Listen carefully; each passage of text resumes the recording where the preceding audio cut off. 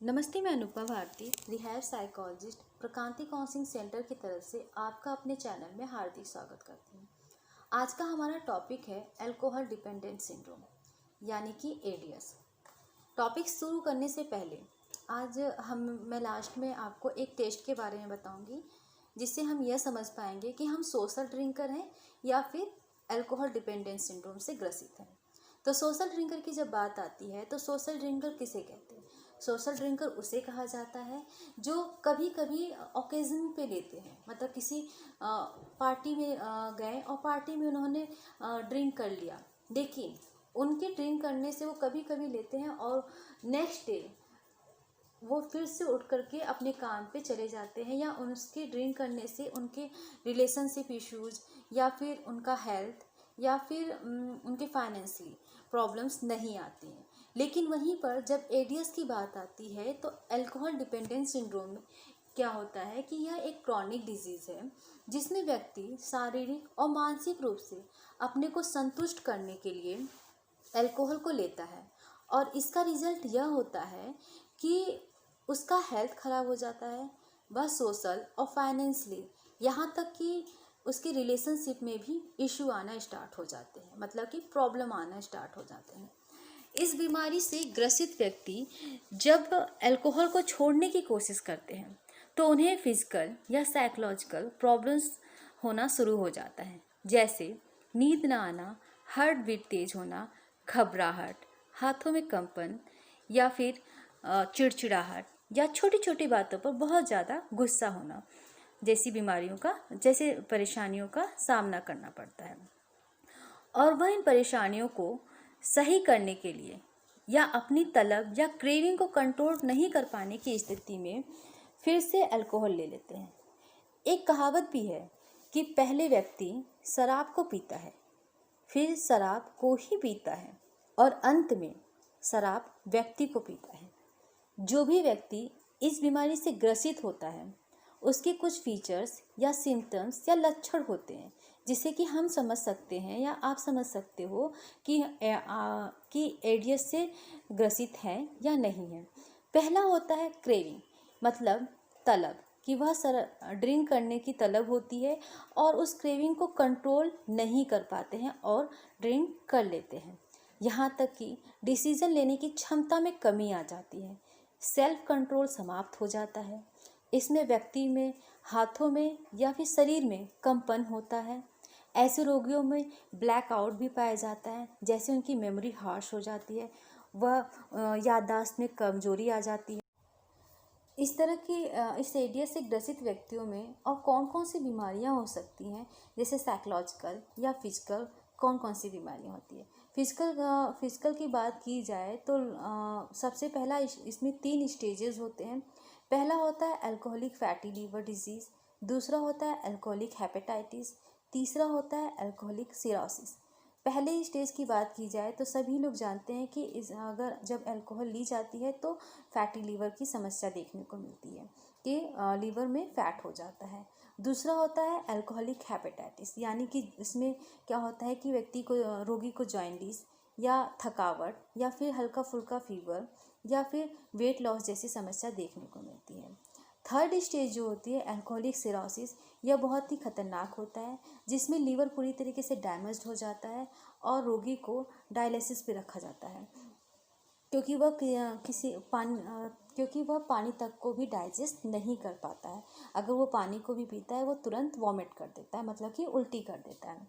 अब बात करते हैं साइकोलॉजिकल इलनेस की, कि शराब की वजह से या ड्रिंक की वजह से हमें किस तरीके से साइकोलॉजिकल रूप से परेशानियां होती है, या साइकोलॉजिकल मेंटली रूप से कौन सी इलनेस होती है। पहला होता है मूड स्विंग, यानी कि हमारा जो मूड होता है वह कभी खुश हो जाता है या तो कभी दुखी हो जाता है। जैसे और से जब रीज़न पूछा जाता है तो उनको ये पता नहीं होता है कि वो क्यों खुश है या क्यों दुखी है, उसका रीज़न उन्हें नहीं मालूम होता है। यहाँ तक कि उनकी पर्सनालिटी डिसऑर्डर भी देखने को मिलती है, जिसमें कि वह बहुत शक्की मिजाज के हो जाते हैं कि किसी भी पर्सन या किसी भी पहलू पर वह शक की दृष्टि से देखते हैं, उन पे भरोसा नहीं करते, उनके पे ट्रस्ट नहीं करते, उनको हर एक चीज़ में गलत ही दिखता है, उनको यही लगता है कि वह उनके लिए षड्यंत्र रच रहे हैं या उनको पसंद नहीं करते हैं। इसके अलावा उनको यहाँ तक कि ये भी होता है कि उनके बिहेवियर में भी चेंजेस देखने को मिलती हैं, जैसे कि वह बहुत ज़्यादा गुस्सा होना स्टार्ट हो जाते हैं, अब बहुत ज़्यादा एग्रेसिव नेचर के हो जाते हैं। हर एक छोटी सी बात पे भी वो बहुत जल्दी गुस्सा हो जाते हैं, चिड़चिड़ाहटपन आ जाती है, यह सब देखने को मिलती है। हमेशा ध्यान दीजिएगा कि जब भी आप फिजिकल रूप से आप बीमार होते हो तो आपको साइकोलॉजिकल रूप से भी वो चीज़ें दिखना स्टार्ट हो जाती हैं, जैसे कि डिप्रेशन होने स्टार्ट हो जाती हैं, या फिर आप साइकोलॉजिकल रूप से जब बीमार होते हो तो फिजिकल रूप से दिखना स्टार्ट हो जाती हैं। तो क्योंकि दोनों का ही एक दूसरे से सामंजस्य होता है, एक दूसरे से जुड़ा होता है, तो इसलिए हमें फिजिकल रूप से भी सही होना है और साइकोलॉजिकल रूप से भी। तो यह मिथ है कि हमें अल्कोहल की वजह से सिर्फ फिजिकल रूप से ही परेशानियां होती हैं या फिजिकल रूप से ही हम बीमार होते हैं, यह एक गलत फहमी है। यह साइकोलॉजिकल रूप से भी बीमार करता है, जैसा कि मैंने आपको बताया, डिप्रेशन या मूड स्विंग या फिर एग्रेशन या फिर पैरानॉइड फीचर्स, मतलब कि शक करने की आदत, यह सब तरीके से व्यक्ति को पर्सनालिटी प्रॉब्लम देखने को मिलती है। इसके अलावा अब हम बात करेंगे, यह जो मैंने आपको स्टार्टिंग में बताया था कि एक टेस्ट के बारे में बात करेंगे, जिससे हम यह जान सकेंगे कि हम सोशल ड्रिंकर हैं या फिर अल्कोहल डिपेंडेंट सिंड्रोम से ग्रसित है। यह एक इंटरनेशनल स्टैंडर्ड टेस्ट है जिसमें कि 4 क्वेश्चंस होते हैं। इन 4 क्वेश्चंस में हाँ और नहीं के 2 ऑप्शंस होते हैं, जिसमें से 2 या 2 से अधिक पे यदि आप हाँ पे टिक करते हो तो आप एडीएस से ग्रसित हो। इस टेस्ट को का लिंक मैंने डिस्क्रिप्शन बॉक्स में दे रखा हुआ है। इस डिस्क्रिप्शन बॉक्स में आप जाइए और उस लिंक पर क्लिक करते ही आपको वो लिंक क्लिक करते ही वह क्वेश्चनायर खुल जाएगा, जिससे कि आप उसको करिए और इससे आप यह पता करिए कि आप खुद देखिए कि आप एक सोशल ड्रिंकर हो या एक आप एडीएस से ग्रसित हो। इससे आपको हेल्प मिलेगी। अगर मान लीजिए 2 या 2 से अधिक पे आपका ट्रिक हाँ पे जा रहा है और आप एडीएस से ग्रसित हो, तो आप किसी भी पास के साइकोलॉजिस्ट या फिर साइकेट्रिस्ट के पास जा कर के इससे अपने परेशानी को बताइए और वो आपको एक सही गाइडेंस देंगे। इसके अलावा वो आपकी मदद करेंगे। इसके अलावा अगर आपको लगे कि आपको हमारी हेल्प की ज़रूरत है तो आप हमें मेल कर सकते हैं या आप हमें कांटेक्ट कर सकते हैं, जिससे हम आपकी हेल्प करेंगे और हम आपकी क्रेविंग को कंट्रोल करने की बहुत सारी टेक्निक्स बताएंगे, जिससे कि आप अपनी क्रेविंग को कंट्रोल कर सकोगे और अपनी तलब को कंट्रोल कर सकोगे। और जब आपकी तलब कंट्रोल में आएगी तो आपका जो रिलेशनशिप या आपकी जो घर में या बाहर में जो इज्जत, जो रिस्पेक्ट गायब ख़त्म हुई है, वो रिस्पेक्ट फिर से या वो ट्रस्ट फिर से डेवलप करने में आपको हेल्प करेगी।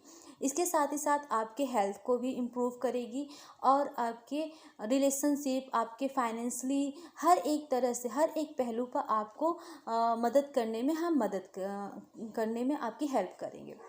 तो आप हमें मेल करके आप हमारी सहायता ले सकते हो। इसके अलावा अगर यह ऑडियो आपको अच्छा लगे तो प्लीज़ इस ऑडियो को लाइक, शेयर और सब्सक्राइब ज़रूर करिएगा। तब तक नेक्स्ट ऑडियो में फिर से मुलाकात होगी। तब तक के लिए थैंक यू, बाय बाय।